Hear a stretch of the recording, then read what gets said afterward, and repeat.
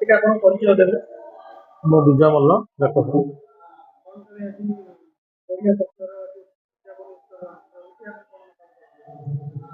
ଚୌଧର ମହାବିଦ୍ୟାଳୟ ପରିସରରେ ଓଡ଼ିଆ ପକ୍ଷ ପାଳନ ଅବସରରେ ଆଜି ଯୋଉ କାର୍ଯ୍ୟକ୍ରମର ଆୟୋଜନ କରାଗଲା ସେଥିରେ ମୁଁ ଯୋଗ ଦେଇକି ମୋତେ ବହୁତ ଭଲ ଲାଗିଲା।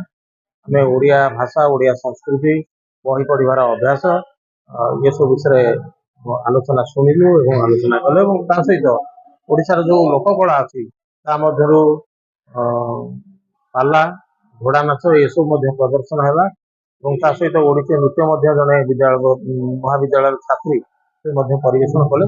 ଏସବୁ ଦେଖିଗଲା ପରେ ଏବଂ ଏସବୁ ଅନୁଭବ କଲା ପରେ କିଛି ସମୟ ଓଡ଼ିଆ ଭାଷା ଏବଂ ସଂସ୍କୃତି ଭିତରେ କଟେଇବା ପରେ ଓଡ଼ିଆ ବୋଲି ଯୋଉ ଅସ୍ମିତା ବୋଧ ଯୋଉ ଗର୍ବବୋଧ ଜାଗ୍ରତ ହେଲା।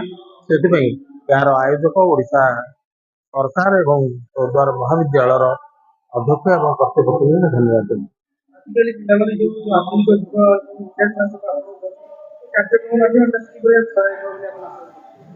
ପିଲାମାନେ ତ ଇଂରାଜୀ ଶିଖିବେ, ବିଭିନ୍ନ ଭାଷା ଶିଖିବେ, ପାଠ ପଢିବେ, ଉଚ୍ଚକୁ ଯିବେ, ସେଥିରେ କିଛି ଅସୁବିଧା ନାହିଁ। କିନ୍ତୁ ଓଡ଼ିଆ ଭାଷା ମାତୃଭାଷାକୁ ଶିଖିବା କେତେ ଜରୁରୀ ଏବଂ କେତେ ଆବଶ୍ୟକ ଏବଂ ଓଡ଼ିଆ ବୋଲି ନିଜର ପରିଚୟକୁ ଅକ୍ଷୁଣ୍ଣ ରଖିବା କେତେ ଆବଶ୍ୟକ ସେ ବିଷୟରେ ପିଲାମାନଙ୍କୁ ସଚେତନ କରିବା ପାଇଁ ଏ ଯୋଉ କାର୍ଯ୍ୟକ୍ରମର ଆୟୋଜନ କରାଯାଉଛି। ଏଭଳି କାର୍ଯ୍ୟକ୍ରମର ବହୁତ ଗୁରୁତ୍ୱ ରହିଛି, ଆବଶ୍ୟକତା ରହିଛି। ସେଥିପାଇଁ ମୁଁ ସମସ୍ତଙ୍କୁ ଧନ୍ୟବାଦ ଦେବି।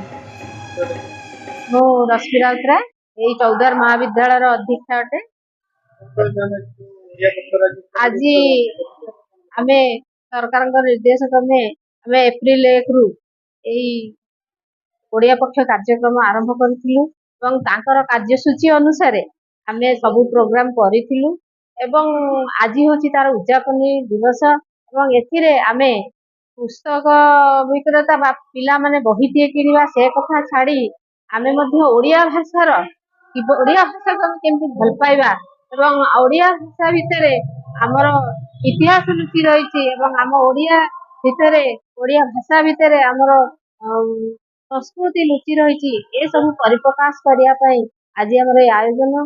ଏଥିପାଇଁ ଆମେ ଚୌଦ୍ୱାରରୁ ବହୁ ଜ୍ଞାନୀ ଗୁଣୀ ମାନଙ୍କୁ ଡାକିଥିଲୁ ଏବଂ ବୟସ୍କ ଯୋଉମାନେ କବିୟତ୍ରୀ ଅଛନ୍ତି କବିତା ଲେଖିଛନ୍ତି ସେମାନଙ୍କୁ ମଧ୍ୟ ଡାକିଥିଲୁ ଏବଂ ଏବେ ଦାସକାଠିଆ ପାଲା ମଧ୍ୟ ଆମର ଚାଲିଛି ଏବଂ ପାଲା ଗାୟକଙ୍କୁ ଆମେ ସମ୍ମାନିତ କରିଥିଲୁ। ଯୋଉ କଳା ସଂସ୍କୃତି ଆମର ଛପି ଯାଉଛି ଧୀରେ ଧୀରେ ଲୁଚି ଯାଉଛି ଘୋଡ଼ା ନାଚ ଦାସକାଠିଆ ଏସବୁକୁ ଆମେ ପ୍ରୋତ୍ସାହନ ଦଉଛୁ ଏବଂ ଏଇଟା ଉଜ୍ଜୀବିତ କରିବାରେ ହୁଏତ ଆମର ଏଇ ଛୋଟ ପ୍ରୟାସ ନିଶ୍ଚିତ ଭାବରେ କାମ ଯୁବପିଢି ମାନଙ୍କୁ ବାର୍ତ୍ତା ରଖିବୁ ଯେ ସେ ଓଡ଼ିଆ ଭାଷା ଓଡ଼ିଆ ପ୍ରୀତି କରନ୍ତୁ, ବାହାରେ ଯାଇ ବା ବାହାର ପ୍ରଦେଶରେ ଯାଇ ଆମର ଅଲଗା ଭାଷା ବ୍ୟବହାର କରନ୍ତୁ ନାହିଁ। ତେଣୁ ଆମେ ଓଡ଼ିଆ ବୋଲି ଆମେ ଗର୍ବ କରିବା ଦରକାର। ଆମେ ଓଡ଼ିଆର ଯାହା ଆମର ସଂସ୍କୃତି ରହିଛି 420 ପ୍ରକାରର କଳା ରହିଛି ଏଠି ସଂସ୍କୃତି। ତେଣୁ ଏ 420 ଭିତରେ ଆଦିବାସୀ ନୃତ୍ୟ ହଉ ବା ଆଦିବାସୀର ପୋଷାକ ହଉ ବା ସମ୍ବଲପୁରର ପୋଷାକ ହଉ ଆମର ଗୋଟେ ସ୍ୱତନ୍ତ୍ର ପରିଚୟ ରହିଛି। ଆମେ ସେଥିପାଇଁ ଗର୍ବ କରିବା ଦରକାର। ପିଲାମାନେ ସେଇ ବାର୍ତ୍ତାକୁ ନେଇ ଆଗକୁ ଯାଆନ୍ତୁ ଏବଂ ଭବିଷ୍ୟତରେ ଓଡ଼ିଶା ପାଇଁ କିଛି କାମ କରନ୍ତୁ। ମୁଁ ଜୟନ୍ତୀ ସାହୁ ଜଣେ ସାହିତ୍ୟିକା ଏବଂ ଜଗନ୍ନାଥ ସଂସ୍କୃତିର ପ୍ରବର୍ତ୍ତିକା। ମୁଁ ପ୍ରାକ୍ତନ ଅଧ୍ୟାପିକା ମଧ୍ୟ।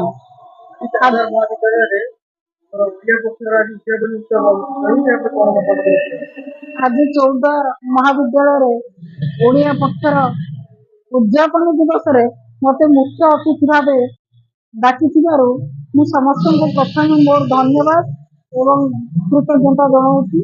ଚୌଦ୍ୱାରର ଅଧ୍ୟକ୍ଷା ମହୋଦୟା ସମ୍ମାନନୀୟା ରଶ୍ମି ରାଉତରାୟ ମହୋଦୟାଙ୍କୁ ମୁଁ ପ୍ରଥମେ ମୋର ଅନ୍ତରର କୃତଜ୍ଞତା ଜଣାଉଛି, ସାଧୁବାଦ ଜଣାଉଛି ଏବଂ ମୋ ସହିତ ମୁଖ୍ୟ ବକ୍ତା ଭାବେ ଓଡ଼ିଶା ପ୍ରସିଦ୍ଧ ସଂଳାପକାର ବାଣୀବର ପୁତ୍ର ଶ୍ରୀଯୁକ୍ତ ବିଜୟ ମଲ୍ଲ ମହୋଦୟ ମଧ୍ୟ ସଭା ମଣ୍ଡନ କରିଥିଲେ, ମଞ୍ଚ ମଣ୍ଡନ କରିଥିଲେ ଏବଂ ମୁଖ୍ୟ ବକ୍ତା ଭାବେ ସେ ତାଙ୍କର ଓଡ଼ିଆ ଭାଷା ଉପରେ ବହୁତ ବିଶଦ ଆଲୋଚନା ସମସ୍ତଙ୍କୁ ଶୁଣେଇଥିଲେ ଭାରି ସୁନ୍ଦର ଭାବରେ।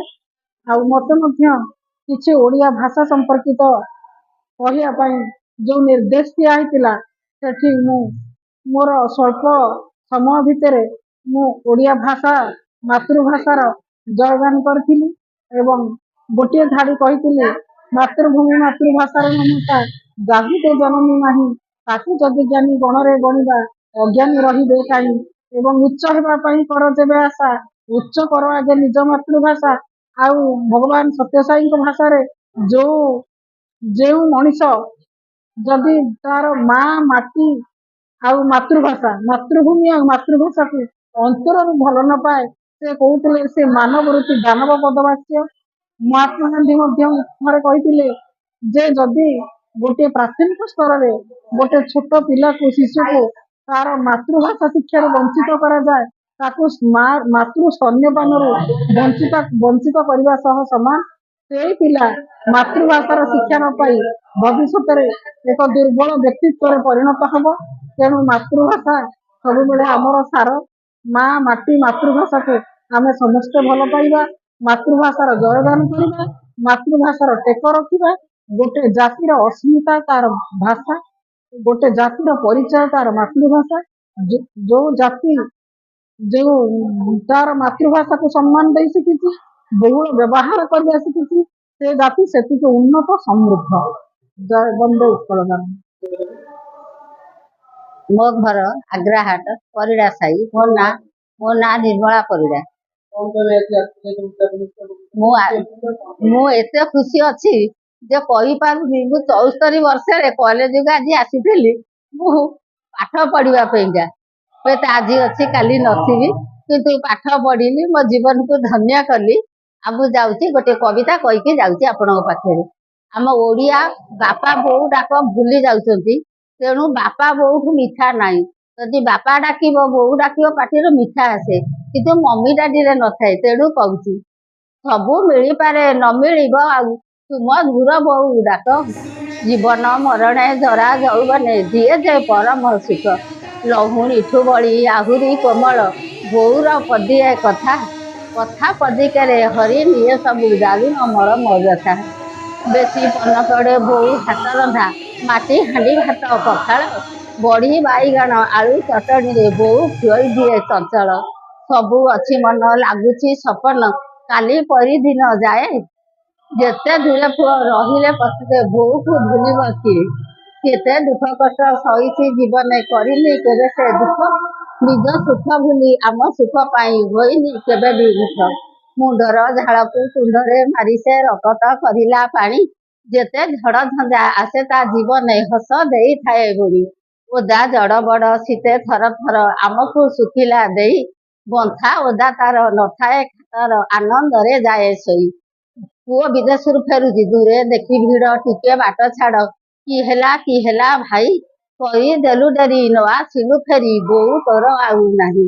ଘୁରି ଗଲା ମୁଣ୍ଡ ନଫିଟ ତୁଣ୍ଡ ବୁକୁରୁ ଉଠିଲା କୋହ। ପାନ ଖିଆ ପାଟି ଯାଇଛି ଶୁକୁଟି ମଳିନ ଦୁଶିଛି ମୁହଁ। କେଡ଼େ ହିତକାଙ୍କ୍ଷୀ ବୋଉଟି ଆମର ହତାଦାର କରିଥାଉ। ଭାବିଲା ବେଳକୁ ସରିଗଲା ସବୁ ଡାକିଲେ ନ ଶୁଣେ ବୋଉ। ବାଟ ଚାଲୁଥାଏ